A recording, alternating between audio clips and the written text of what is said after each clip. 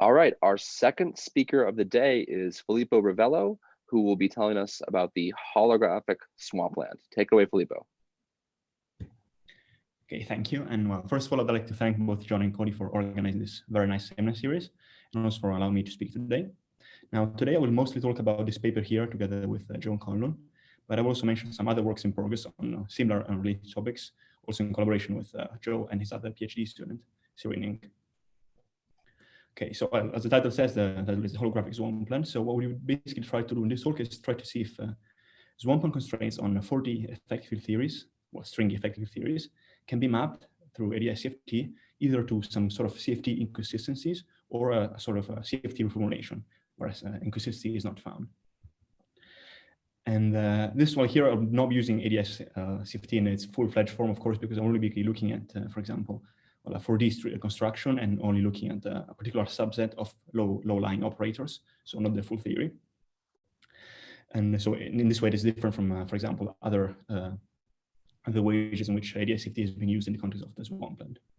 Now, the reason why we think such a question could be interesting is because many of these 4D constructions have various degrees of various approximations involved. People are not sure if they are always satisfied or not. So it would be interesting to develop an independent framework where to test these debated constructions. Well, secondly, ADS CFT in the context of the Swampland can be thought of sort of a universal tool because it extends the definition of Swampland not just to theories compatible with string theory, but it can be thought to apply more generically to quantum gravity. And thirdly, perhaps more hand-wavy motivation, but which is the basis of this talk, is that the bootstrap methods have been very successful in recent years in mapping out the space of allowed theories in certain scenarios. And so it will be really interesting to see if the same thing can be carried out on the other side of the duality, and if this has any implications, for example, for ADS theories in the context of the Swampland in particular. Okay, so the talk is roughly divided into two parts. So I'll spend most of the talk on the left-hand side here. And these two parts correspond to two distinct conceptual ideas, which I will present, which, however, do rely on the same framework and are very similar to each other. And this division also kind of reflects the two different approaches that one can take when trying to tackle such a problem. So on the one hand, we could start off and trying to do something that we did here on the left, and start by some specific string examples, which we know is easily treatable. So, for example, in our case, we'll start from LVS and see that in the large volume limit, you have a very simple holographic description. And then from this, we can try and, for example, derive conjecture on mixed anomalous dimensions, which would be closely related to known bounds and CFTs, but not exactly proven. So still very speculative. And then we see if this can be applied to other examples and related to other Swampland conjectures, most notably the distance conjecture in our case. On the other hand, we could also take a different approach and start on the CFT side and see if there are any well-established CFT bounds which actually enable us to say something about the theories on ADS. And we see that, for example, using a recent bound that was proven in a paper actually this year, we'll be able to constrain some kinds of derivative theories, and in particular, we'll apply this to DPI and see that in general, multi-field DPIs can be thought to lie at the edge of the swamp, so be very close to the boundary of the excluded region. Okay, so let me start with the first part. Of course, well, we'll be dealing with CFTs which are holographic, and this means that the gravity dual is weakly coupled. From the dictionary, this means that Toft coupling lambda has to be very large. And so whenever there's a large n parameter on the CFT side, this means that n is very large. And but for simplicity in the literature, even also there will generically be a large parameter, which is always denoted by n, even when a large n description is not explicitly available on the CFT side. So this is one characteristic. We'll have this expansion parameter.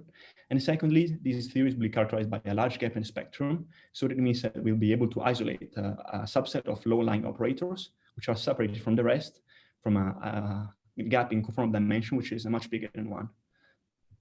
So in practice, the theories we're considering only have a limited number of operators. And these are the single trace, the primaries, which are the duals of the ADS fields of the ADS, for example, the volume modulus in our case. And then the so-called double trace operators. Double trace operators are the only operators that appear at order 1 over n squared in the OPE of two single trace primaries. And they can be constructed out of 2 single trace operators with this form here as indicated on the slide. So basically with contracting with an appropriate number of derivatives. And in particular, we'll be referring to these operators are mixed when the two fields composing the operators are different. So when O1 is different from O2. Now, the most important dynamical quantity that characterizes these operators is the anomalous dimension, because these operators will have a conformal dimension that is given by the sum of the classical counterpart written in white, plus this quantum correction, the anomalous dimension, which is a very important CFT quantity. In fact, in CFTs, any CFT is completely determined by the so-called CFT data, which is given by the set of these anomalous dimensions and the OP coefficients. So as written on the slide, on top of the slide, one can see that one can expand a correlator in terms of the conformal blocks, which are universal functions. And then the only information that one has to input is these OP coefficients, which are essentially the coefficients of 3-point functions, which are all fixed apart from a constant for scalars, and the anomalous dimensions, which appear in the dimensions of the operators in the sum. Now, continuing with this reasoning, so what one does in the bootstrap is that one can contract the OP of the operators inside a 4-point correlator in different ways. For example, in contracting 1 and 2 and 3 and 4, and then 1 and 3 and 2 and 4. And this gives rise to this to celebrate the bootstrap equation written down here, which imposes non-trivial constraints on the conformal dimensions and on the OP coefficients of the theory. And this is in fact what is used, for example, in the analytical bootstrap program to, for example, derive bounds on dimension of certain operators and so on. Now, a first important point that I would like to make here is that in this context, however, this constraint of crossing symmetry is not enough to constrain the Lagrangians of the forms we're considering. And this can be traced back to this seminal paper here by Hemskerk, Penedonius, Polczycki, and Sali, where they showed that the solutions to the bootstrap equations, so to the equations about order 1 over n squared, can be mapped one-to-one to all the possible quartic vertices that can be written on ADS. Now, by all the possible vertices, I mean all the possible combinations of derivatives with four fields on ADS. So we see that in order to be able to say something on the ADS side, we need something more. One possibility that we'll be looking at are the so-called CFT positivity bounds. Now, let me introduce some notation. I will denote with tau the twist of an operator, which is the difference between its conformal dimension delta and its spin, so delta minus L. And it's particularly important because it dominates the OP in a certain limit. And now in recent years, so people have, in various ways, have proven that this twist here has two base certain constraint.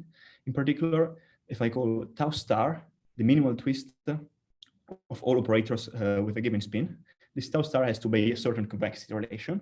And this was proven in various ways, first using the analytical bootstrap techniques and relying on some additional sets of assumption. And then it's also made a lot clearer using the inversion formula of Kronwort, and which basically eliminated all of the assumptions using in the previous work. And when we look at consider a theory with a holographic theory with a 1 over n expansion, if we only limit ourselves to look at the first order, non-real order, we see that this constraint here then implies a convexity, well, a negativity relation for the anomalous dimensions gamma of 0L, so where n is set to 0. And this starts for L bigger than 2.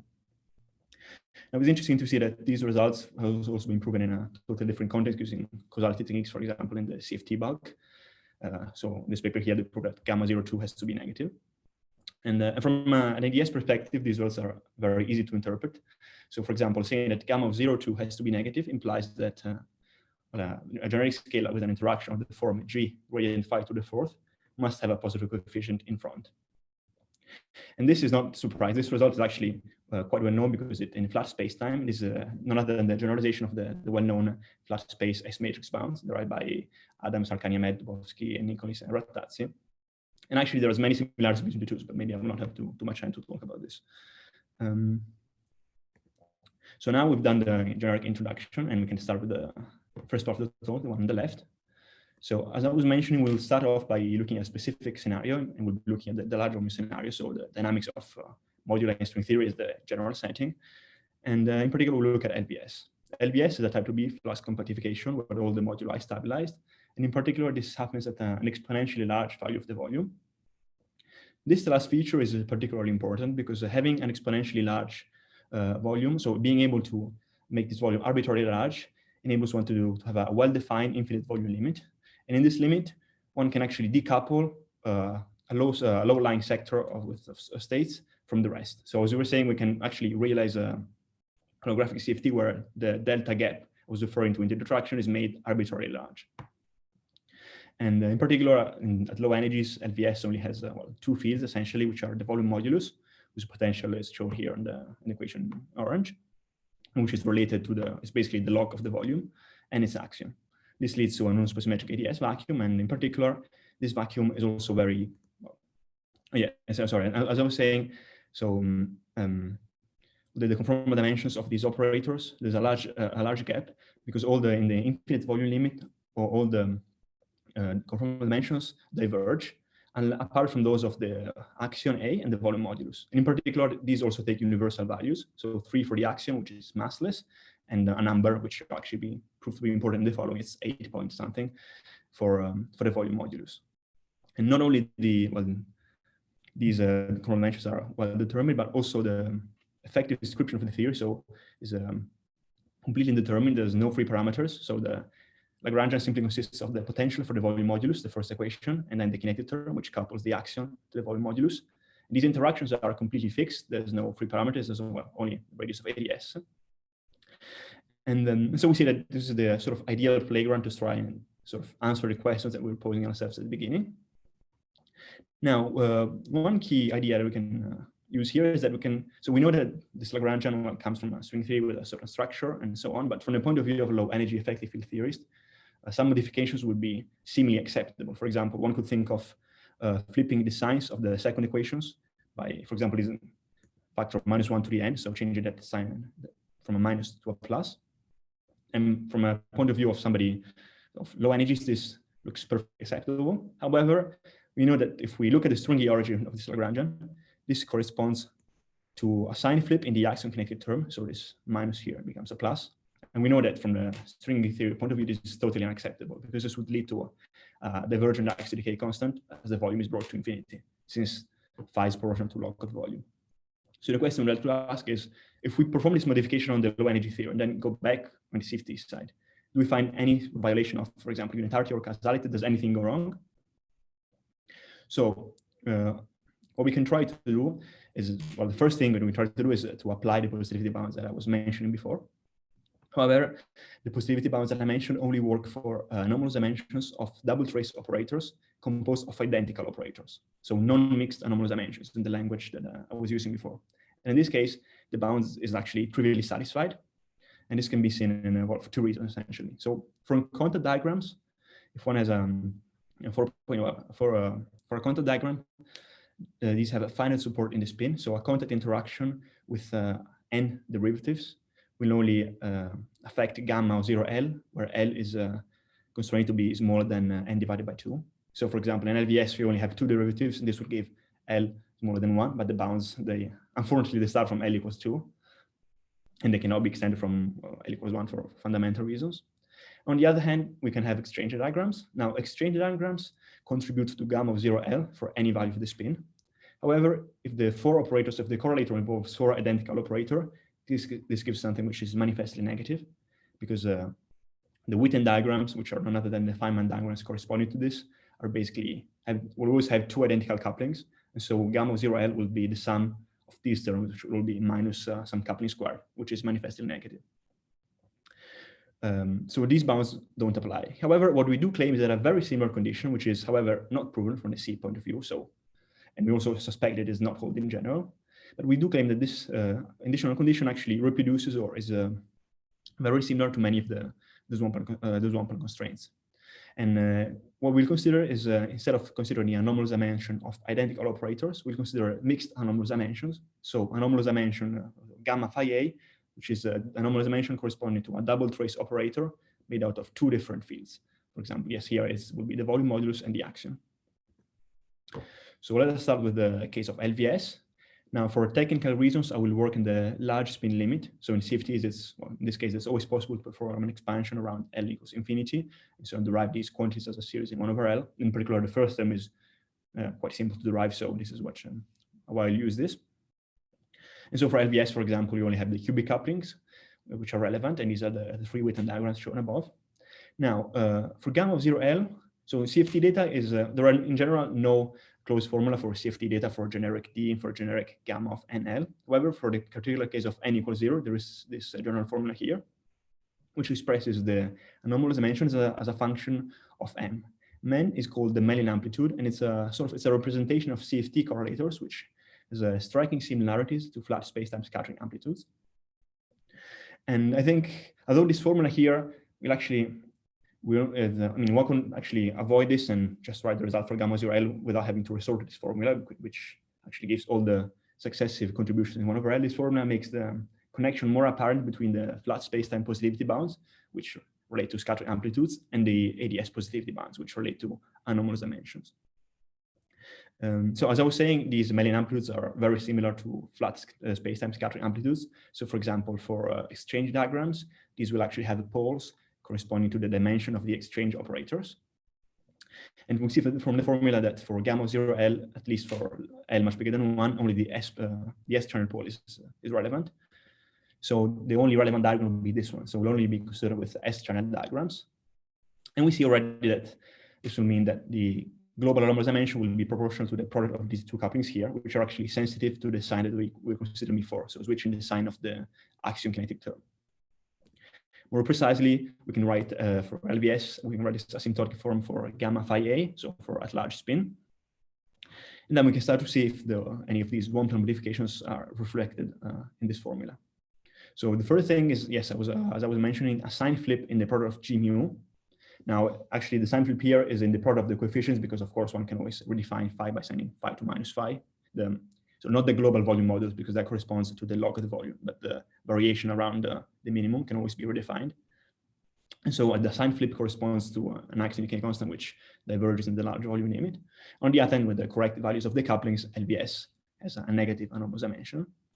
And another thing is that for delta phi is smaller than 6, so delta phi is fixed in LBS, but we can imagine it to vary it and see what happens. So delta phi is more than 6 would correspond to a potential that is growing parametrically stronger than the string scale to the fourth, which looks a bit unnatural. And we see yet again that this is excluded by constraints because the plot on the right basically shows the sign of gamma of 0L. So on the y-axis is gamma, and on the horizontal axis we have the spin L. However, one thing that we really don't understand so far is the region between 6 and 8 always seems to be excluded as well. And as well, although we don't have a particular reason for this, it's interesting to notice that LVS seems to lie very close to the boundary of this region. And this phenomenon has actually been encountered in the past already, especially in the study of CFTs. For example, early studies in the bootstrap were showing that interesting models, for example, the Ising model, were found to lie at very special places, usually at the boundary of allowed regions. So this is an interesting phenomenon which will actually be happening again in the second part of the talk. And now, of course, this is just one example. So we've looked at other examples. I will mention them just in passing because for lack of time. So another example is perturbative stabilisation, which is a model very similar to LVS, where now the potential has two volume-dependent terms. And for example, they could be thought to arise from the same alpha prime v to the minus 3 corrections in LVS, and then some string loops corrections scaling as v to the minus 10/3. And for example, for these values of the coefficients, the bound is actually satisfied. And again, a sign flip in the product of the two couplings gives positive anomalous dimensions. Other examples could be KKLT or racetrack stabilization, so quite similar, where now here, these are a bit less trivial because they are, from the low energy point of view, they are qualitatively different from LVS, since they also generate a potential for the axion. So the axion is not massless, and there's a sigma squared term. Sigma here is always the volume modulus. And however, even in this case, the constraint, the bound is satisfied in the regime of validity of the theory. So for large volumes and for where the single instant approximation can be trusted. Finally, another feature of this is that we also find a connection. This is also surprisingly similar to the distance conjecture. So now this analysis will go back. We'll just consider LVS, and we can look at, so we can reintroduce back some of the hazy modes one by one and see, for example, if the correlation function phi psi, where psi is a heavy mode, could be a KK mode or a string mode or whatever, gives any constraints. And in particular, the volume dependence of these of the Lagrange of these heavy modes can be reconstructed because the superpotential will not depend on the Kähler moduli, and so everything will depend on the K psi bar in this first equation here. However, we can, from general principle, we know what the scaling of certain modes goes with the volume. So for example, KK modes will go as v to the minus 1/3. And then using this, we can put it back, or express it in terms of the volume modulus and obtain some interactions. And look at what a structure function here, the structure function coefficient is. Now, of course, here f phi phi phi is the same as LVS. So here we'll be just looking at one of the vertices in the exchange diagram. In this example for KK modes, for example, we see that the dominating term in this sum is given by the coefficients of delta psi squared, because psi is very heavy. And we see that in this case, the conjecture is satisfied. And more generally, we could also ask ourselves what the limiting value is to get a zero f. So when f phi psi psi crosses 0. And this actually turns out to be the case when the masses of these heavy modes stay constant in the large volume limit. So to rephrase everything, we can say that this structure function f psi psi is positive when the tower of heavy states decreases in mass as the volume goes to infinity. And on the other hand, it is negative when this tower of states increases in mass as the volume goes to infinity. So we've basically seen that a negative anomalous dimension requires the heavy states to become in the large volume limit, and this is essentially the statement of the distance conjecture. Okay, maybe I will skip over this for time reasons. Okay, now I will spend the last few minutes of the talk to describe the second part of the talk. So we'll now try to do still be in a similar setting, but try to take a different approach.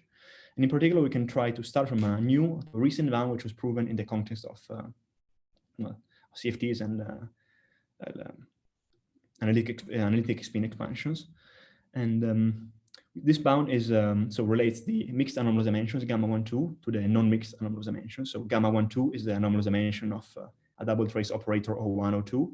Gamma 1, 1 is the anomalous dimension of a double trace operator O1, O1. And this was proven actually, was well established from a CFT point of view in this paper by Kundu this year. And we'd like to see if this carries over any constraints from two theories on ADS. Now, at first, one could ask why we didn't apply it to the previous cases. Well, there's essentially two reasons. One reason is that, again, this bound starts for a spin higher than 2. And so we cannot apply it in LVS. And secondly, this constraint is really satisfied for exchange diagrams at large spin. Now, exchanges at low spin are very hard to treat analytically, so I will not consider them here. And so in this case, which was the case we were looking at before, the bound is equivalent to a sum of coefficients, squared coefficients. So this will always a quantity which is always positive. However, in the case of multiderivative quartic vertices, the bound becomes non-trivial, and it can be used to constrain interactions. So we'll use it in particular to look at dBi. Again, let me remind you that if I have a forward Melian amplitude scaling as s to the k, this will contribute up to spin k. So for example, if I want to get to gamma of 0, 2, I need at least 4 derivatives in my contact vertex. And this is why, as a simplest example, I will look at I can take a theory of two scalars, which are arbitrary quartic derivatives, and all the possible structure parameterized by Lorentz invariance. So I have the red terms, which are the phi 1, just phi 1, the phi or phi 2, and the blue terms are actually the mixing terms. So phi 1 contracted with itself, or phi 1 contracted with phi 2. And again, so now I'll be sweeping a few things under rugs because people want to consider this is the effect of other, for example, exchange or cubic terms in the Lagrangians and so on, but neglecting everything else. So if I only have this Lagrangian, this translates into the following bound for these coefficients. And it's a bound which is linear in the coefficients, and where each of the coefficients is weighted by this appropriate function fd, which depends on the conformal dimensions of the operators, essentially, of O1 and O2. And one particular example, which I think is interesting to look at, is multifield dBi. So we can consider, for example, probably the three brain moving along the warp throat with this metric, where f is the warp factor. Now, in 4D, these compact coordinates give rise to scalars. And I think this is a particularly interesting construction because it's a sort of, it's inherently stringy. And also it gives rise to universal EFT predictions. So with a universal prediction for some coefficients, low energy coefficients of the, for example, of these, the terms d phi 1 to the fourth, or for these coefficients, C11, C12, and so on. Now, yes, this is always, incidentally, this is always considered in the context of, for example, yes, in cosmology, for example, dBi inflation, people usually only look at the radial mode, but actually, well, each compact coordinate gives rise to one mode, and the full action is written down here. It can be expanded in terms of this determinant, which gives rise to all of these non-linearities. And yeah, one thing that I would just like to mention is that, so in this term here, in ds, we have 1 minus 2f, well, g contracted with x. This first term is the one that is quite canonical. The second term is often neglected in applications, so it's not often seen in papers, but the only reason is that it vanishes for homogeneous scalar fields, so it's not important for cosmology, but in practice, it's there. And so if we, well, actually rewrite this Lagrange and write down what the actual couplings correspond to and so on, we see that we have can extract specific values for these coefficients. And the interesting thing is that for these specific values, the bounds are always satisfied. So for any value of delta 1 over delta 2, for any value of the conformal dimensions. So as we expected, dBi is not in the swamp. However, if we add a small perturbation, an arbitrary small perturbation to some of the coefficients, for example, to this combination here of the coefficient, which is the combination appearing in the bound, then LVS can, dBi can sort of transition to the swampland, and a region starts to be excluded. So if I perturb this by an arbitrary amount epsilon in the delta 1, delta 2 plane, one would have an excluded region that is this wedge, one of these blue wedges centered along the diagonal, which will get progressively larger as long as epsilon increases. And for example, for the special case where the conformal dimensions are close to 3 for the very small masses, we see that dBi again, is very close to the boundary, because one can just a small little push of an amount epsilon can push into the swampland. And again, we see this phenomenon of boundary theories being special as for the Ising model. Okay, so finally, let me get to the conclusions. So we've seen how CFT techniques offer a promising tool to address stringy ADS CFTs. For example, in the first part of the talk, we've seen how this the sign of the mixed anomalous dimension in many examples correlates with swamp conditions. And this doesn't correspond to a proven bound from a CFT point of view, but it's very similar to known positivity conditions. And we've seen a series of applications, LBS, KKLT, and all of its close related cousins. And we've also seen a connection to the distance conjecture. Now, one point that I've had time to mention is that, yeah, we have seen some other, we've been looking at more recently in other examples, for example, fiber models or type 2A, whether this doesn't appear to be the case for some anomalous dimensions involving other fields. So it's not clear yet whether this is a general feature, probably no, or for just a feature, for example, the volume modulus or a certain subset of operators. And finally, in the second part, we've seen, on the other hand, how one can start from, for example, this from well-established CFT inequalities to derive constraints on higher derivative theories. And we've seen an interesting and immediate application of the model of dBi. It would be interesting to also see if this has any applications for cosmology, for example. And this is all very speculative, of course, and at this point, very exploratory. But yeah, the long-term goal would be to ideally to be able to invert this relationship and then use it to navigate the swamp. But of course, we're still far away from it. But I think yeah, these are some interesting exploratory steps. And yeah, thank you for your attention. I'm done. All right, thank you, Filippo, for the very nice talk. Let's all thank Filippo with our clap emoji. Are there any questions?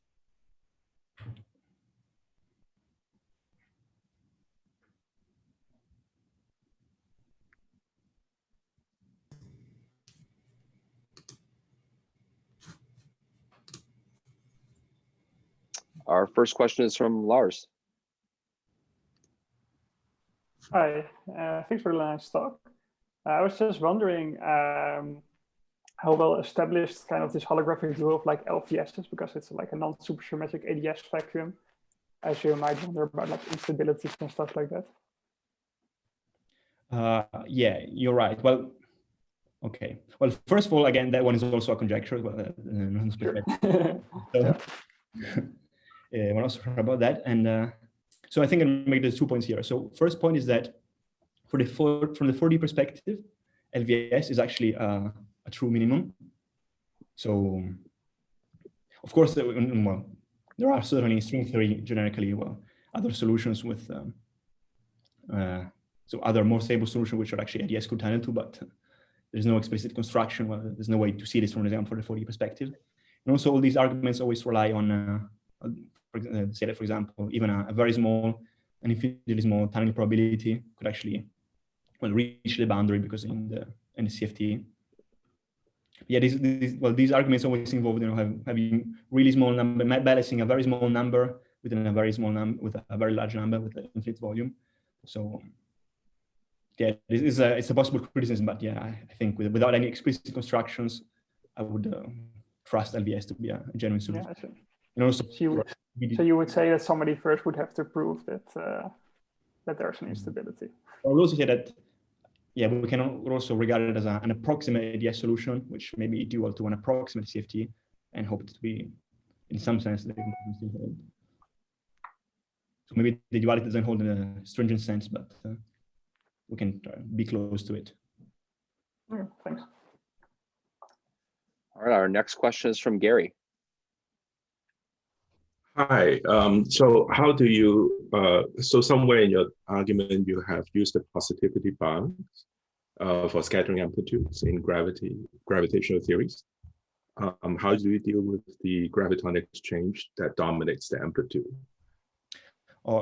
Yeah, so we don't deal with it. So in this case, we're making a conjecture. So yes, I think it's actually it's quite interesting. It can be seen from both viewpoints. So from the point of view of positivity bounds, yeah, of course, gravitonic exchange, as this leads to S-channel pole, and one cannot use the conclusions.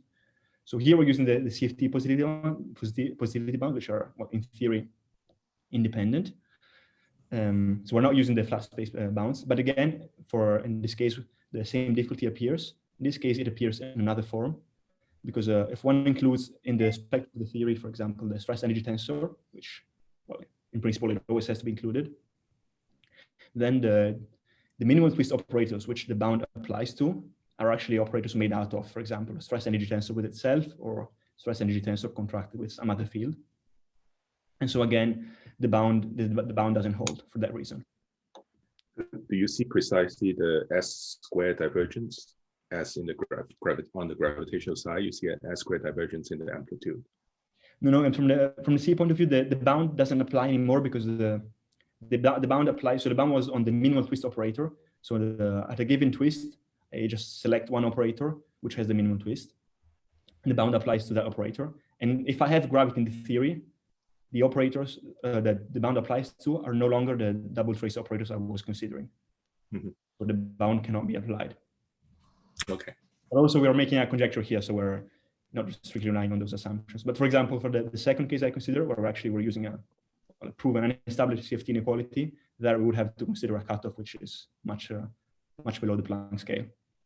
Mm-hmm. Yeah, it would be interesting to see how the two sides of the story line up or not. Mm-hmm. Thank you. Okay, if there are no further questions, let's thank Filippo and Muyang again for their very nice talks.